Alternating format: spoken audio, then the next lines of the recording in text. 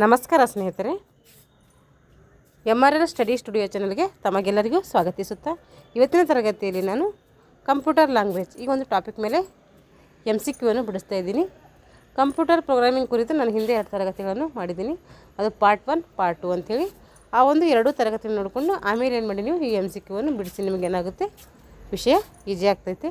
ಡೈರೆಕ್ಟಾಗಿ MCQ ಬಿಡ್ಸೋಕೆ ಹೋದರೆ ನಮಗೆ ಕಾನ್ಸೆಪ್ಟ್ ಗೊತ್ತಿಲ್ಲ ಅಂದರೆ MCQ ಬಿಡಿಸೋದು ಏನಾಗುತ್ತೆ ಕಷ್ಟ ಆಗ್ತೈತಿ. ಕಾನ್ಸೆಪ್ಟ್ ತಿಳ್ಕೊಂಡು ಮೇಲೆ ಬಿಡ್ಸೋಕೆ ಹೋದರೆ ನಮ್ಗೆ ಎಷ್ಟು ಕಾನ್ಸೆಪ್ಟ್ ತಿಳಿದಿದೆ ಅಂಥೇಳಿ ನಮಗೆ ಈ ಒಂದು MCQ ಮೇಲೆ ನಾವು ತಿಳ್ಕೊಬೋದು.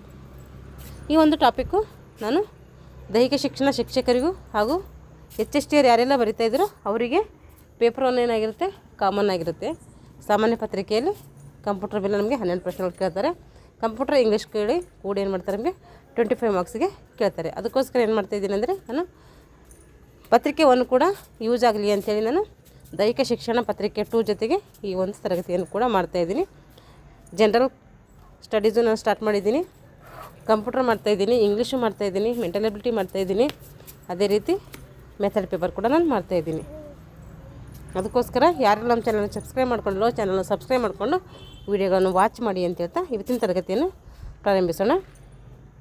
ಕಂಪ್ಯೂಟರ್ ಭಾಷೆಗಳ ಪ್ರಕಾರಗಳು ಯಾವ್ಯಾವು? ಕಂಪ್ಯೂಟರ್ ಭಾಷೆ ಒಂದು ಯಂತ್ರ ಭಾಷೆ, ಇನ್ನೊಂದು ಅಸೆಂಬ್ಲಿ ಭಾಷೆ, ಉನ್ನತ ಮಟ್ಟದ ಭಾಷೆ, ಹಾಗೆ ಮೇಲಿನ ಎಲ್ಲ ಅಂತಿದೆ ಆಪ್ಷನ್. ಇಲ್ಲಿ ಉತ್ತರ ಬಂದ್ಬಿಟ್ಟು ಮೇಲಿನ ಎಲ್ಲ. ಕಂಪ್ಯೂಟರ್ ಏನು ಮಾಡ್ತೈತೆ ಈ ಒಂದು ಎಲ್ಲ ಭಾಷೆಗಳ ಮೇಲೆ ಏನು ಮಾಡ್ತೈತೆ ವರ್ಕ್ ಮಾಡ್ತೈತೆ. ಯಂತ್ರ ಭಾಷೆ ಮೇಲೆ ಮಾಡುತ್ತೆ, ಇದಕ್ಕೆ ಮಷಿನ್ ಲೆವೆಲ್ ಲ್ಯಾಂಗ್ವೇಜ್ ಅಂತ ಕರಿತೀವಿ. ಹಾಗೆ ಅಸೆಂಬ್ಲಿ ಭಾಷೆ ಇದಕ್ಕೆ ಏನಂತೀವಿ ಜೋಡಣಾ ಭಾಷೆ ಅಂತೇಳಿ ಕರಿತೀವಿ. ಉನ್ನತ ಮಟ್ಟದ ಭಾಷೆ ಹೈ ಲೆವೆಲ್ ಲ್ಯಾಂಗ್ವೇಜ್ ಅಂತೇಳಿ ಕರಿತೀವಿ. ಈ ಎಲ್ಲ ಭಾಷೆ ಪ್ರಕಾರಗಳು ಏನು ಮಾಡ್ತೀವಿ ಕಂಪ್ಯೂಟರ್ ಮೇಲೆ. ಕಂಪ್ಯೂಟರ್ ಏನು ಮಾಡ್ತೈತಿ ಎಲ್ಲ ಭಾಷೆಗಳ ಮೇಲೆ ಕೆಲಸವನ್ನು ಮಾಡ್ತೈತೆ. ಯಂತ್ರ ಭಾಷೆಯಲ್ಲಿ ನಾವು 0 ಮತ್ತು 1 ನೋಡ್ತೀವಿ. ಅವು ಬೈನರಿ ಕೋಡ್ಗಳು ಅಂತೇಳಿ ಕರಿತೀವಿ. ಬೈನರಿ ಕೋಡ್ ಮೇಲೆ ಏನು ಮಾಡ್ತೀವಿ ಯಂತ್ರ ಭಾಷೆ ಕೆಲಸವನ್ನು ಮಾಡ್ತೈತೆ. ಬೈನರಿ ಸಂಖ್ಯೆಗಳು ಅಂತ ಕೂಡ ನಾವು 0 ಮತ್ತು 1 ಕರಿತೀವಿ. ಅಸೆಂಬ್ಲಿ ಭಾಷೆ ಇದೊಂದು ಮಾನವ ಓದಲು ಸುಲಭವಾದಂಥ ಒಂದು ಭಾಷೆ ಆಗಿರ್ತೈತಿ. ಉನ್ನತ ಮಟ್ಟದ ಭಾಷೆ ಇದು CPU-ನೊಂದಿಗೆ ಏನಾಗ್ತೈತೆ ನೇರವಾದಂಥ ಸಂಬಂಧವನ್ನು ಹೊಂದಿರ್ತದೆ. ಅಂದರೆ CPU ಜೊತೆಗೆ ಏನು ಮಾಡ್ತೇವೆ ಉನ್ನತ ಮಟ್ಟದ ಭಾಷೆಗಳು ಸಂವಹನವನ್ನು ಮಾಡ್ತವೆ. ಉದಾಹರಣೆ ಹೇಳಬೇಕಾದ್ರೆ ಪ್ಯಾಸ್ಕಲು, ಜಾವಾ ಇವೆಲ್ಲ ಏನು C++, ಇವೆಲ್ಲ ಏನು ಉನ್ನತ ಮಟ್ಟದ ಭಾಷೆಗಳಿಗೆ ಎಕ್ಸಾಂಪಲ್ಸ್ಗಳು. ಸರಿ, ನಾವು ಉನ್ನತ ಮಟ್ಟದ ಭಾಷೆ ಹೇಳೋದಲ್ಲ, ಅದು ಯಂತ್ರ ಭಾಷೆ. ಯಂತ್ರ ಭಾಷೆ ಏನು ಮಾಡುತ್ತೆ ಡೈರೆಕ್ಟಾಗಿ CPU ಜೊತೆಗೆ ಸಂವಹನವನ್ನು ಮಾಡ್ತೈತಿ. ಆದರೆ ಯಂತ್ರ ಭಾಷೆ ಅಂತ ತಿಳ್ಕೊಂಡು ನೆನ್ಪಿಟ್ಕೊಳ್ರಿ. ನಾವು ಉನ್ನತ ಮಟ್ಟದ ಭಾಷೆ ಅಂತ ಹೇಳಿದೆ ಅಲ್ಲಿ, ಅದು ಯಂತ್ರ ಭಾಷೆ. 2ನೇ ಪ್ರಶ್ನೆ ಬಂದುಬಿಟ್ಟು ಬೈನರಿ ಕೋಡ್ ಅಂದರೆ ಏನು ಅಂತಂದರೆ, ಬೈನರಿ ಕೋಡ್ ಅಂದರೆ 0 ಮತ್ತು 1ಗಳ ಸಂಕೇತ. ಇವು ಕಂಪ್ಯೂಟರ್ ಏನು ಮಾಡ್ತೈತೆ 0 ಮತ್ತು 1ರ ಮೇಲೆ ಕೆಲಸವನ್ನು ಮಾಡ್ತೈತೆ. ಇದಕ್ಕೆ ಬೈನರಿ ಕೋಡ್ ಅಂತೇಳಿ ಕರಿತೀವಿ. ಇವು ಬೈನರಿ ಕೋಡ್ಗಳು ಏನು ಮಾಡ್ತವೆ ಅಂದರೆ ಈ ಥರ ಭಾಷೆಗಳನ್ನು ಕೂಡ ಬೈನರಿ ಸಂಖ್ಯೆಗೆ ಏನು ಮಾಡ್ತವೆ ಕನ್ವರ್ಟ್ ಮಾಡ್ತವೆ. ಇವು ಅತಿ ವೇಗದ ಒಂದು ಕೆಲಸ ಮಾಡ್ಲಿಕ್ಕೆ ಏನು ಮಾಡ್ತವೆ ಈ ಬೈನರಿ ಕೋಡ್ ನಮಗೆ ಸಹಾಯಕ ಮಾಡ್ತೈತೆ. ನಾವೇನಾದರೂ ಡಿಜಿಟಲ್ ಕಮ್ಯುನಿಕೇಷನ್ ಮಾಡಬೇಕು ಅಂದರೂ ಕೂಡ ಅಲ್ಲಿ ಏನು ಬೇಕು ನಮಗೆ ಬೈನರಿ ಸಂಖ್ಯೆಗಳು ಬೇಕು. ಇಷ್ಟು ನಾವು ಬೈನರಿ ಒಂದು ಕೋಡ್ ಬಗ್ಗೆ ತಿಳಿದಿರಬೇಕು.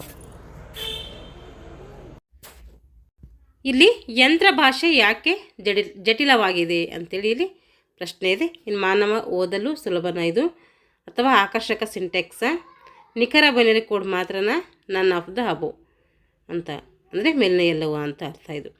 ಇವಾಗ ಇದಕ್ಕೆ ಸರಿ ಆನ್ಸರ್ ಹೇಳಬೇಕಾದ್ರೆ ನಿಖರ ಬೈನರಿ ಕೋಡ್ ಮಾತ್ರ.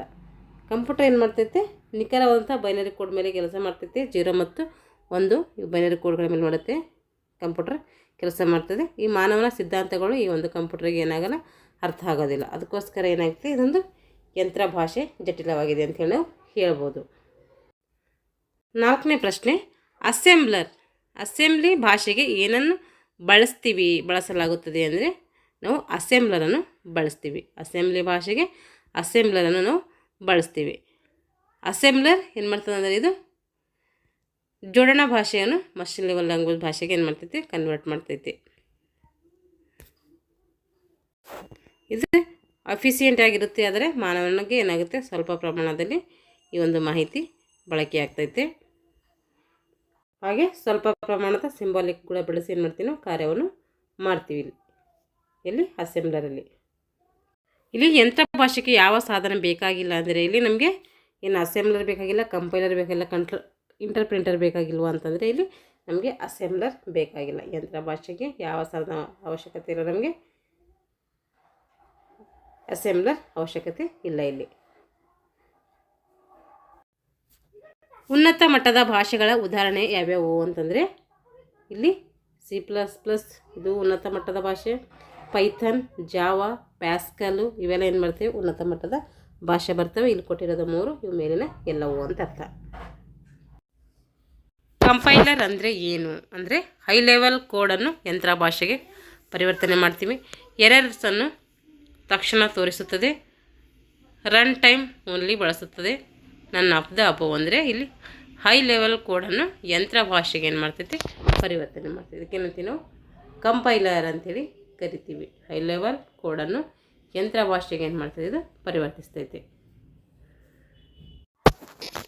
ಇವಾಗ ಅಸೆಂಬ್ಲಿ ಭಾಷೆಯ ಪ್ರಮುಖ ವೈಶಿಷ್ಟ್ಯತೆ ಏನು ಅಂಥೇಳಿ, ಏನು ಹ್ಯೂಮನ್ ರೀಡೇಬಲ್ಲ, ಏನು ಹ್ಯೂಮನ್ ಅಂದರೆ ಮಾನವನ ಭಾಷೆಯಾಗಿದ್ದೇನೆ, ಫಾಸ್ಟ್ ಎಕ್ಸಿಕ್ಯೂಷನ್ ಅಂದರೆ ಅತಿ ವೇಗವಾಗಿದ್ದೇನೆ, ಮಷಿನ್ ಸ್ಪೆಸಿಫಿಕ್ ಅಲಭವ ಅಂದರೆ ಮೇಲಿನ ಎಲ್ಲವೂ ಅಂತ ಅರ್ಥ. ಅಸೆಂಬ್ಲಿ ಭಾಷೆಯ 3 ಲಕ್ಷಣಗಳು ಆಗಿರ್ತವೆ. ಉನ್ನತ ಮಟ್ಟದ ಭಾಷೆಯು ಯಾವುದನ್ನು ಬಳಸ್ತದೆ? CPU ಸ್ಪೆಸಿಫಿಕ್ ಇನ್ಸ್ಟ್ರಕ್ಷನ್ ಬಳಸ್ತೈತಾ, ಕಂಪೈಲರ್ ಅಥವಾ ಇಂಟರ್ಪ್ರಿಟರ್ ಬಳಸ್ತೈತಾ, ಓನ್ಲಿ ಬೈನರಿ ಕೋಡ್ ಬಳಸ್ತೈತಾ, ನನ್ ಆಫ್ ದ ಅಬೋವ್ ಅಂತಂದರೆ ಇಲ್ಲಿ ಉನ್ನತ ಮಟ್ಟದ ಭಾಷೆಯು ಯಾವ್ಯಾವು ಬಳಸ್ತೀವಿ ಅಂತಂದರೆ ನೋಡ್ರಿ, ಇಲ್ಲಿ CPU ಸ್ಪೆಸಿಫಿಕ್ ಇನ್ಸ್ಟ್ರಕ್ಷನ್ ಇದಾಯ್ತಲ್ಲ, ನೋಡ್ರಿ ಆಪ್ಷನ್ ಕಂಪೈಲರ್ ಮತ್ತು ಇಂಟರ್ಪ್ರಿಟರ್. ಏನಿದು ಕಂಪೈಲರ್ ಮತ್ತು ಇಂಟರ್ಪ್ರಿಟರ್ ಮಾಡ್ತೀವಿ. ಉನ್ನತ ಮಟ್ಟದ ಭಾಷೆ ಯಾವ್ಯಾವು ಬಳಸ್ತೀವಿ ಅಂದಾಗೆ ಕಂಪೈಲರ್ ಮತ್ತು ಇಂಟರ್ಪ್ರಿಟರ್. ಇದು ಕಂಪೈಲರ್ ಏನು ಮಾಡ್ತೈತೆ, ಪ್ರೋಗ್ರಾಮ್ ರನ್ ಆಗೋದಕ್ಕಿಂತ ಮೊದಲೇ ಏನು ಮಾಡ್ತೈತೆ ಇದು ಟ್ರಾನ್ಸ್ಲೇಷನ್ ಮಾಡ್ತೈತೆ. ಆದರೆ ಇಂಟರ್ಪ್ರಿಟರ್ ಏನು ಮಾಡ್ತೈತೆ, ಈ ಪ್ರೋಗ್ರಾಮ್ ಮಾಡ್ತಾ ಇರುವಾಗ ಏನಾಗ್ತೈತೆ ರಿಯಲ್ ಟೈಮಲ್ಲಿ ಏನು ಮಾಡ್ತೈತೆ ಅದು ಟ್ರಾನ್ಸ್ಲೇಷನ್ ಕೊಡ್ತೈತೆ. ಯಂತ್ರ ಭಾಷೆ ಯಾವ ಸ್ಥಿತಿಯಲ್ಲಿ ಕಾರ್ಯನಿರ್ವಹಿಸ್ತೈತೆ ಅಂತಂದರೆ ಇದು CPU readable binary code. CPU ಮತ್ತು ಬೈನರಿ ಕೋಡ್ ಮಧ್ಯೆ ಏನು ಮಾಡ್ತೈತೆ ಯಂತ್ರ ಭಾಷೆ ಕೆಲಸವನ್ನು ಮಾಡ್ತೈತೆ. ಕಂಪೈಲರ್ ಮತ್ತು ಇಂಟರ್ಪ್ರಿಟರ್ ವ್ಯತ್ಯಾಸ ಏನು ಅಂತಂದರೆ ಇಲ್ಲಿ ಇಮಿಡಿಯೇಟ್ ಲೈನ್ ಎಕ್ಸ್ಟೆನ್ಷನ್ ನೋಡಿರಿ. ಕಂಪೈಲರ್ ಏನು ಮಾಡ್ತೈತೆ, ಇದು ಎಲ್ಲ ಪ್ರೋಗ್ರಾಮನ್ನು ಒಟ್ಟಿಗೆ ಸಂಪೂರ್ಣವಾದಂಥ ಕಂಪ್ಲೀಟ್ ಮಾಡಿದ ಮೇಲೆ ಏನು ಮಾಡ್ತೈತೆ ಇದು ಎರರ್ಸು ತೋರಿಸ್ತೈತೆ. ಆದರೆ ಇದೇನು ಮಾಡ್ತೈತೆ ಇಂಟರ್ಪ್ರಿಟರ್ ಅಂದರೆ ಇದು ಲೈನ್ ಬೈ ಲೈನ್ ಏನು ಮಾಡ್ತೈತೆ ಎರರ್ಸ್ಗಳನ್ನು ತೋರಿಸ್ತಾ ಹೋಗ್ತೈತೆ. ಈ ರೀತಿ ಎರಡರ ಮಧ್ಯೆ ಏನು ಮಾಡ್ತೈತೆ ವ್ಯತ್ಯಾಸವನ್ನು ಕಾಣಿಸ್ತೈತೆ. ಅಂದರೆ ಲೈನ್ ಬೈ ಲೈನ್ ಏನು ಮಾಡ್ತೈತೆ ಇದು ಇಂಟರ್ಪ್ರಿಂಟರು ಅದು ನಮಗೆ ಇಂಟರ್ಪ್ರಿಟರ್ ಏನು ಮಾಡ್ತೈತೆ ಲೈನ್ ಬೈ ಲೈನ್ ನಮಗೆ ಮಾಹಿತಿಯನ್ನು ಒದಗಿಸ್ತೈತೆ, ಟ್ರಾನ್ಸ್ಲೇಷನ್ ಮಾಡ್ತೈತೆ ಲೈನ್ ಬೈ ಲೈನು. ಆದರೆ ಕಂಪೈಲರ್ ಮಾಡ್ತದೆ ಅಂದರೆ ಇಡೀ ಒಂದು ಪ್ರೋಗ್ರಾಮ್ ಮುಗಿದ ಮೇಲೆ ಏನು ಮಾಡ್ತೈತೆ ಟ್ರಾನ್ಸ್ಲೇಷನ್ ಮಾಡ್ತೈತೆ.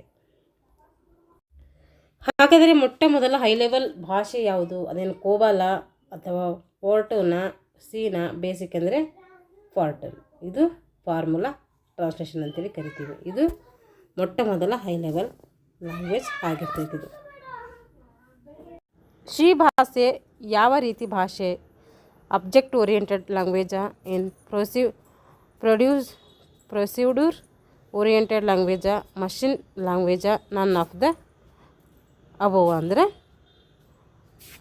Produce oriented language. ಇದು ಉನ್ನತ ಮಟ್ಟದ ಭಾಷೆಯ ಮುಖ್ಯ ಲಾಭ ಏನು? ಉನ್ನತ ಮಟ್ಟದ ಭಾಷೆಗಳಿಂದ ನಮ್ಗೆ ಏನು ಲಾಭ ಆಗ್ತೈತಿ ಅಂದರೆ ಈಜಿ ಟು ಲರ್ನ್ ಆಗ್ತೈತೆ, ಪ್ಲಾಟ್ಫಾರ್ಮ್ ಇಂಡಿಪೆಂಡೆನ್ಸ್ ಆಗ್ತೈತೆ, ಫಾಸ್ಟರ್ ಡೆವಲಪ್ಮೆಂಟ್ ಆಗ್ತೈತೆ. ಅಂದರೆ ಈ ಮೇಲಿನ ಎಲ್ಲವೂ ಆಗ್ತೈತೆ.